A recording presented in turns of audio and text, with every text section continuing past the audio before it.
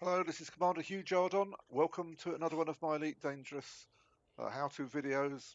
This one's fairly straightforward. It's about passenger rescue missions from the Thargoid attacked areas.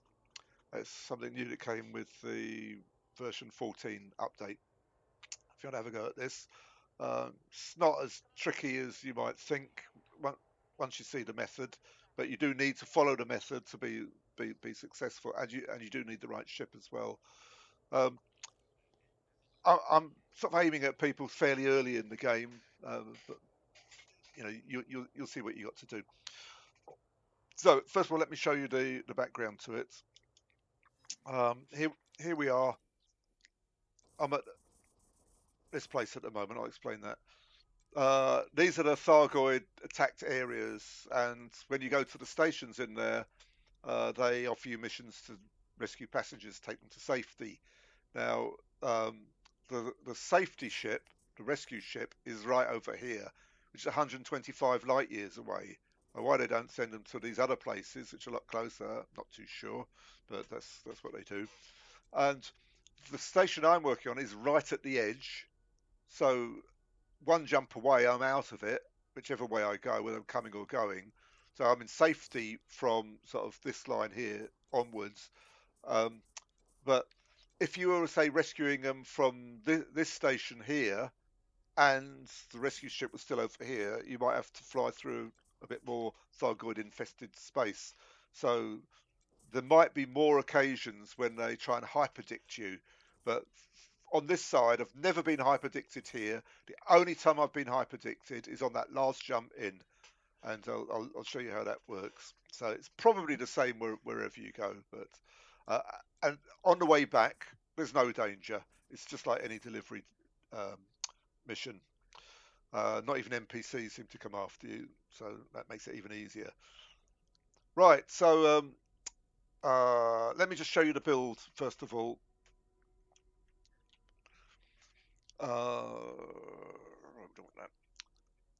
Uh, this is what I'd say is probably the ideal ship for a beginner, the minimum ideal one. The things you need are here. You need around about 170 light years jump range, jump, like total range, traveling distance. And jump range isn't so important. It's obvious. It's the less you've got, the longer it's going to take you to do the missions. And with around about 30 odd light years jump range, it takes about 18 minutes a trip, and you get 11 million a trip. So that's 33 million an hour. It's not a fantastic amount. I mean, you'd make more money mining platinum or doing Robigo passengers, but this is something different to do, a little bit of fun. Uh, right, so to get this minimum here, obviously you've got to work on the frameshift drive, and I figured out that you need, I think it's level 2 or 3 frameshift drive, which you can get. Sorry, level 3 frameshift drive is ideal. You can get that from Felicity, uh, Elvira, and one other guy. So it's 3 engineering possibilities. Felicity and Elvira, normally the 2 of the first ones you unlock. So you should have access to those to get that. You can't do it without any engineering to the frameshift drive. But one thing you can do is buy the pre-engineered Class 5 frameshift drive, which you can buy from any human tech broker. That's really handy. That's going to save you a lot of messing about. And if you look here, this is the stuff you need to take with you to get it. You go to the tech broker, give him this stuff. He'll give you that frameshift drive. Go to outfitting, fit it, and that's it. Bit more straightforward than going through all the sort of engineering levels and everything. So I'd recommend that's what you do to get that frameshift drive. But obviously you've got to get your tellurium first. The thrusters, again, engineering is very important. You need round about minimum of 550 meters per second to escape from the Thargoids, because some of the variants can run very fast, and you need to be able to outrun them ideally. So, like the more the better. This one, there's sort of a minimum. Any more is sort of superfluous, but this one, it's definitely a question of the more the better. and so you can get that with the, the 540 I've got with level 2 dirty drag drives, which you can also get from Elvira. It's 3 engineers that'll do that, and they're all early unlocked ones, so you've probably got access to those. And the stuff you need to get at least to level 2 isn't that much, but if you get level 3 or 4 or even 5, so much the better. So that's the only essential engineering you need, but other engineering is always helps. So I'll show you that in a minute. Uh, you need all the heat sinks in the utility mount. So we've got 3, 6, 9, 12, and typically you need maybe 8 on a run. So eight's the minimum. So you could get away with a ship with only 3 utility mounts. It's just a bit tight. Uh, Docking computer, very, very handy. Um, I, I always use the standard one because I don't like all that messing about with the advanced one. Um, so that's it. Everything else, economy cabins. Now, there are other passenger missions, and it could be that you could actually make more money by doing a mix of business class and normal ones like you can at Robigo. But I simply haven't put the time into to figure out what the optimum one is. You can do that. I only want to show you how to do the missions, and then you can figure out, the optimal loadout for this ship. So here we have just this is the fully engineered version of the Orca, and we got 642 meters per second. That's really handy. The Thargoids can't touch you with that. So that's what you want to aim for. And you get that with obviously level 5 dirty drives. Power plant, we're running cool. So yeah, I'm using eight heat sinks a time, but I have engineered a bit of coolness over here. So you might find that you might need 10 or more. I don't know because I didn't try that out. But I've done the power plant for low emissions. So if you've got any engineering to that, that's what I would do on this ship with thermal spread. Uh, Thrusters, dirty drag drives, frame shift drives are maxed out as normal. Life support lightweight for more speed. Sensors lightweight for more speed. I've done the power distributor maxed out for engines focused because I haven't got anything else on the ship. Well, I don't need anything else. So that's the only reason I did it like that. But plus, in theory, it gives you a tiny bit more boost frequency. But I can't say I notice the difference even from an unengineered one. So that's that. You don't fit any weapons. You can't do anything with them anyway. And then all the heat sinks. And I've engineered them for the one extra ammo. So now we got 4 in each. There's 16 in total. So that's overkill. Well, it's more than enough for what we need. So if you've got access to it, this is how I do it. I just want to discuss a couple of alternatives. Python is a possibility, but the problem is it's much slower. I think even with the dirty drives maxed out, comes to about 550 meters per second. I'd rather have 650. Um, there's if you can't afford this, there's also the T6. So same principle. You do need those thrusters. In this case, you need them maxed out to level 5 to get the 540. So if you can't engineer them to that, I wouldn't bother with this. Wouldn't do it. Um, the only other ship that can reach high speed really is like the Imperial Courier. You can fit the performance enhanced drives for that. I don't know whether they'd work with passenger cabins. You wouldn't carry many passengers anyways. It's hardly worth it. Um, right, and then yeah, the frame drift drive. Uh, we can just get 168. How did I do that with? I think that's level 3. Yeah. So again, the more the better. But level 3 is the minimum that you'd need for that to complete the safety. Everything else is the same. And we've got 9 heat sinks there, so it's again a bit marginal. So, but I wouldn't do it in a T6. It's just if you really want to have a go at it and you haven't got access the money for the other ships or something. This costs only 5 million. The the Orca is 72, I think, 72 million.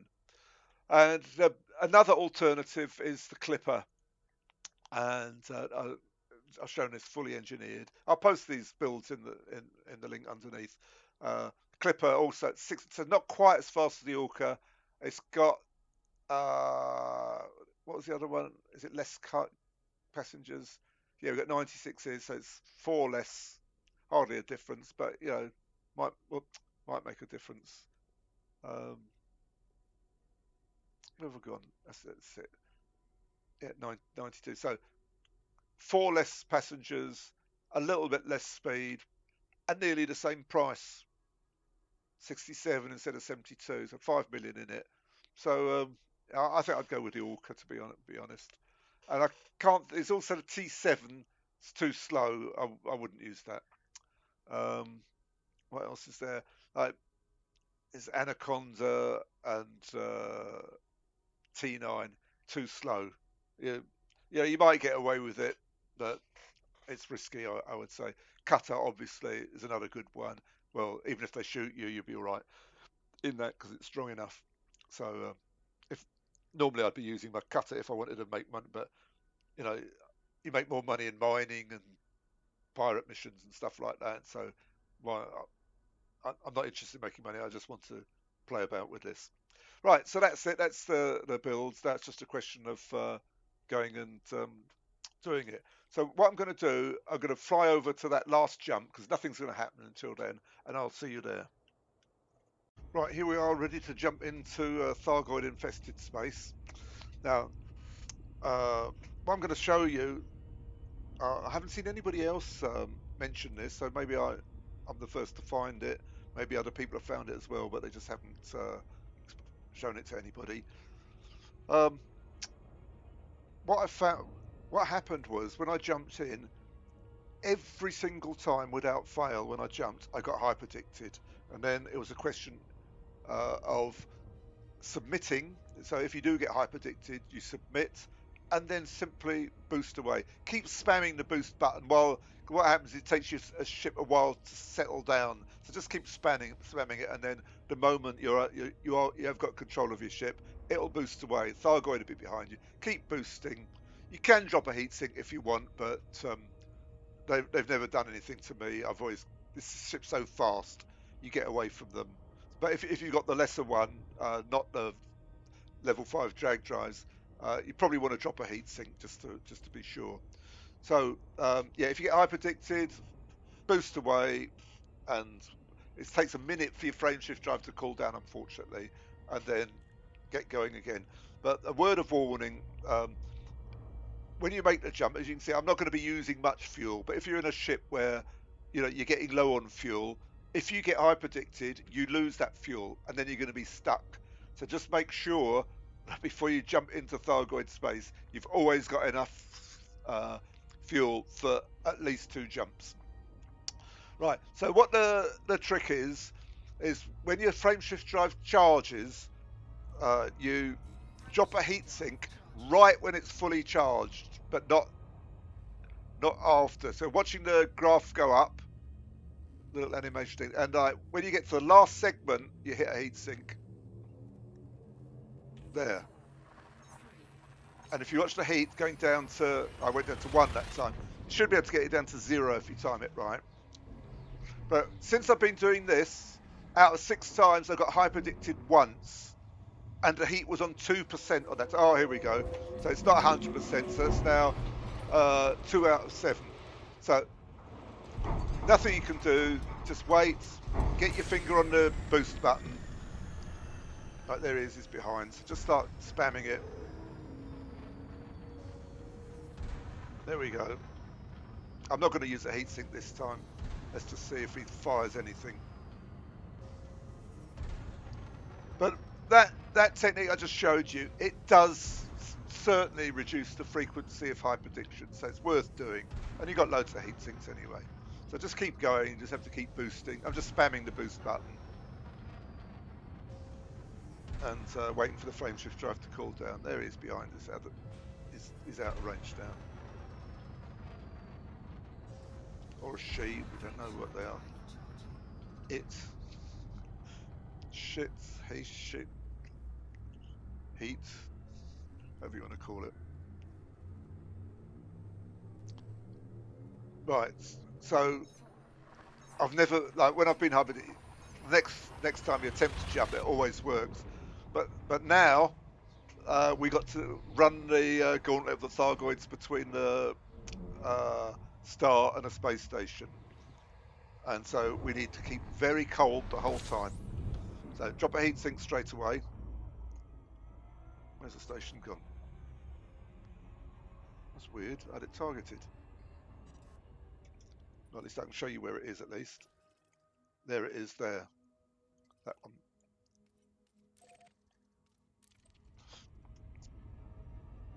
So what's my heat's gone high. Right. Yeah, so what you want to do, well, I've been keeping it below 10%, and now I'm getting interdicted about 1 in 2 times.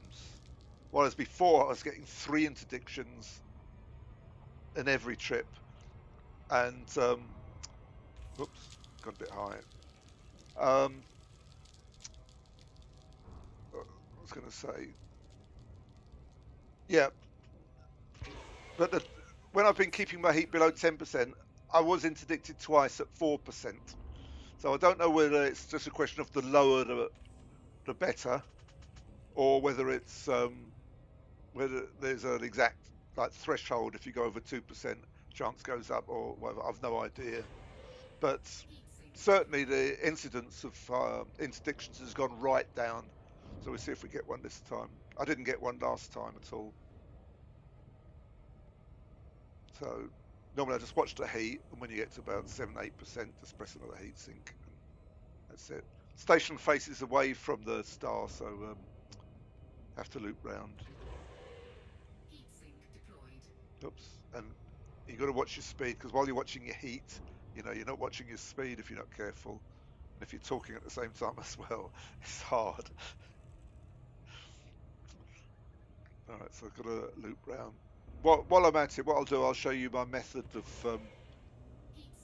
I think the word's getting around now, but how to drop out right in front of the station saves a lot of messing about. It's really useful if you're smuggling, if you got a bounty on you, or um, anything. But it gets you in the station even before all the NPCs spawn, so it's it's just so convenient.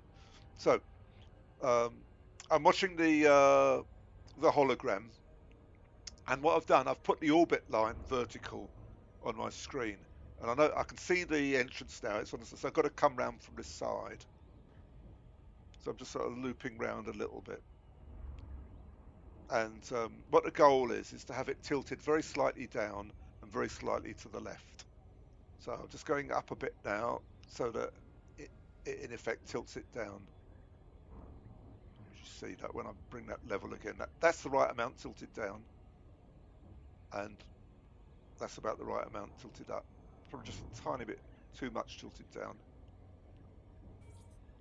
That's about right. Bullseye. So then you can just boost straight in, and request stocking, obviously. And obviously, as you're shieldless, you want to be careful. Aim for the middle of the slot. And the ship's very, very responsive to slowing down. So yeah, don't worry if you're going a bit fast. So once you're inside the station, zero throttle you down. That saves an awful lot of time doing it like that, and convenience. You never meet anybody coming out, and you'll never get scanned by the police. They're normally still around the side of the station eating their hot dogs, whatever it is they do, burgers. Right. So let me show you the missions now. So sort out your ship first. Right. So in the passenger lounge, group transportation I'm doing. If you had business class ones, I think you can do these ones.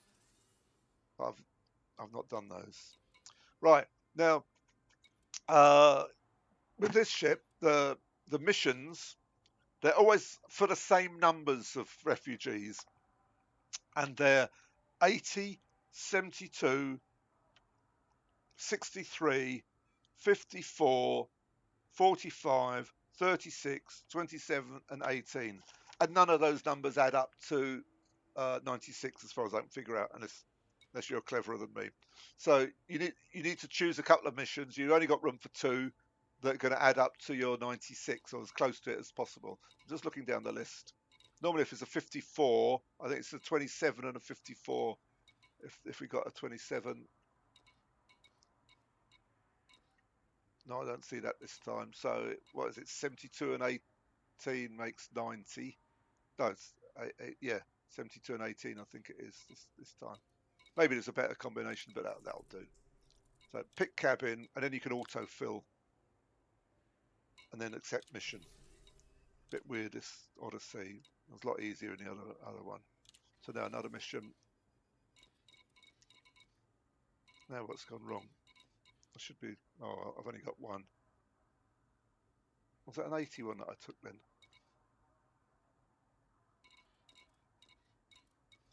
Oh well, maybe there was no low one. So that's it. I've just got the one mission this time. So now there's no danger now. There's nobody going to shoot you outside the station. It's just now a normal delivery mission. Um, so I haven't really got anything to show you anymore. But what I'll do, just in case you're new to Odyssey and you haven't seen how passenger missions work, I'll meet you at the other station and show you how to cash in. Right, here I am safely on the rescue ship, completely incident free. Um, I always bring my ship directly to the landing pad, and I put it just above it, and then go to zero throttle. Let the docking computer put it down. That saves a lot of time rather than let the docking computer start faffing about figuring out. And I have had docking computers like boost the ship into the rescue ship before, so make sure at least you have line of sight of the landing pad if you're going to let the docking computer engage. Never do it from the other side of the ship because it can get confused. Uh, so yeah, replenish your ammo and fuel, and then it's just a question of completing the mission. Normally you'd have two, but oops, wrong one. Keep doing that. I'm still figuring out Odyssey. It's a bit weird for me. So there's my 72. Choose your reward, and then skip back, exit. That's it. Normally you'd have two for 11 million, um, and you can do 3 trips in an hour easily. So with a bit of practice, you might get up to 4 an hour, but if money's your goal, you'd be better off going to other things. Right. So let's just go through the main sort of learning points. First of all, you need a very fast ship. You need loads of heat sinks and a jump range of a minimum of about 170 light years. Jump total range. Jump ranges. Individual jump range doesn't really matter. Next thing is whether you get hyperdicted or interdicted, always boost immediately, drop a heatsink, and keep boosting until you can get your frameshift drive going again. While you're flying from the station to the uh, so from the start of the station, uh, try and keep your temperature below 10 degrees. Just keep dropping heat sinks all the time. And that's it. And I can't say it solves interdictions or hyperdictions, but it certainly reduces the frequency a lot. What's that going to be like? Uh, by a fifth, well, to a fifth. So for every 5 I was getting before, getting one were either hyperdictions or interdictions. So that is a massive improvement. Saves a lot of time. So that's it. That's the only thing I wanted to show you. So I hope you enjoyed that. And if you've got any comments, questions, put them in the comments underneath. I'll post those builds for you. And hopefully I'll see you in another video.